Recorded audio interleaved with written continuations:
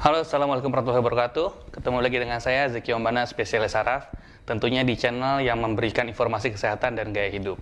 Kali ini kita akan bahas, karena saya seorang dokter spesialis saraf, saya akan bahas kapan Anda harus berkunjung ke dokter spesialis saraf.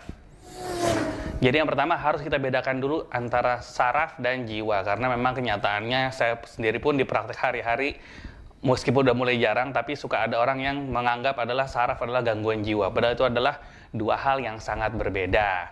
Yang satu, kalau jiwa itu adalah spesialis kesehatan jiwa atau psikiater, jadi masuk ilmu psikiatri. Sedangkan saraf nama lainnya adalah neurologi atau neurologis orangnya ya. Jadi itu sangat berbeda. Jadi jangan sampai kita membenarkan sesuatu ke bengkel tapi salah bengkel. Mau benerin motor ke bengkel mobil, kan kayak gitu nggak bisa ya. Kita akan bahas yang pertama adalah kita atau Anda harus berkonsultasi segera dengan dokter spesialis saraf terdekat apabila Anda merasakan keluhan pertama. Ini pasti sering sekali. Rasa sakit. Sakit apa? Sakit macam-macam. Sakit misalnya sakit di kepala, sakit leher, sakit di daerah punggung, sakit daerah bahu, sakit daerah tangan, daerah kaki, daerah lutut, daerah pinggang, tungkai, dan dimanapun ada rasa sakit, maka kunjungilah dokter spesialis saraf terdekat. Lo bukan dokter yang lain dok? Enggak juga, karena harus saraf dulu. Karena saraf itu memiliki sensorik. Sensorik itu isinya tuh salah satunya reseptor nyeri. Jadi ketika sensoriknya menangkap rasa nyeri, berarti sarafnya ada masalah kemungkinan. Jadi harus datang ke dokter spesialis saraf terdekat.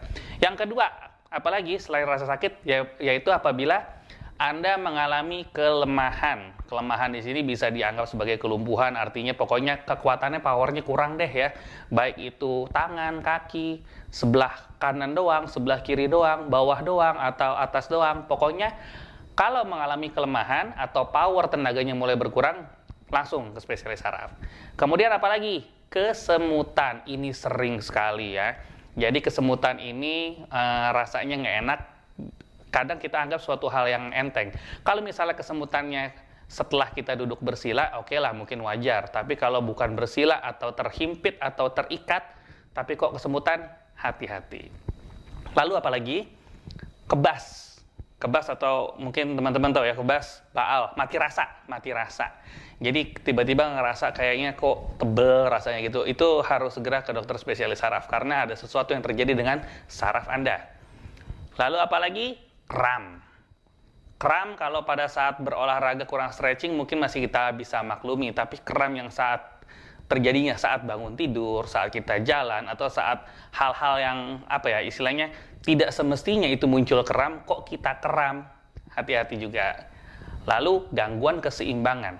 Gangguan keseimbangan di sini mungkin bisa dikatakan masyarakat udah ngerti bahasa kerennya adalah vertigo ya. Gangguan keseimbangan di sini itu gangguan keseimbangan yang seperti berputar atau bergoyang. Pokoknya kita ngerasa dunia kita nggak stabil aja ya. Baik itu muter, baik itu goyang, apapun itu langsung. Kemudian gangguan memori atau daya ingat. Hari-hari ini contoh. Tadi saya naruh kunci mobil di mana ya? Dompet tadi di mana ya? Atau ekstrimnya kacamata saya di mana ya? Ini kayak gini-gini nih. Ini hal-hal yang hari-hari seperti ini. Ini kalau tidak dikonsultasikan dan dicari sebabnya dengan tepat akan berlanjut. Bisa lebih parah lagi. Jangan sampai Anda menjadi pikun, kan seperti itu ya. Kemudian apabila kita merasa adanya tubuh terasa nggak simetris, yang gampang deh, contohnya langsung to the point aja, mulutnya mencong, matanya turun sebelah, bahunya turun sebelah, hal-hal seperti ini ya, pokoknya tidak simetris, itu harus ke dokter saraf. Kejang di sini ya bisa kaku, bisa kelojotan, atau ada kejang apapun. Jangan selalu beranggapan kejang itu ya kejang, kasih sendok aja selesai. Itu justru nggak boleh kasih sendok ya. Detail tentang kejang saya akan kasih video linknya di situ ya, tentang kejang dan epilepsi. Jadi kejang itu harus langsung konsultasi. Kaku di sini misalnya kok tangannya kaku, pagi-pagi nggak bisa kebuka, atau cenderung sulit bergerak ya, susah deh pokoknya, kayak seret gitu sendinya, itu harus segera konsultasi. Lalu gerakan menjadi lambat, contoh tadi orang bisa jalan cepat gitu, tiba-tiba kok boro-boro jalan, bangun dari tempat duduk aja susah, pelan banget, bukan karena sakit, tapi tiba-tiba jadi slow gitu ya. Tiba-tiba kalau kata orang ya penting ya woles aja, benar-benar woles, slow banget, gerakannya menjadi lambat.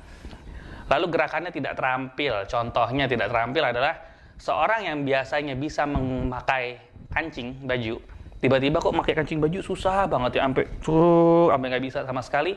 Ini ada masalah, berarti ini harus segera konsultasikan. Jatuh darah tinggi harus dicek ke dokter saraf, karena ini salah satu faktor risiko stroke. Siapa yang mau stroke? Nggak ada kan? Ini bahaya. Kalau ada keluhan tersebut atau punya riwayat seperti tadi saya sebutkan, jangan lupa kunjungi dokter saraf terdekat untuk konsultasi. Semoga informasi ini bermanfaat. Assalamualaikum warahmatullahi wabarakatuh.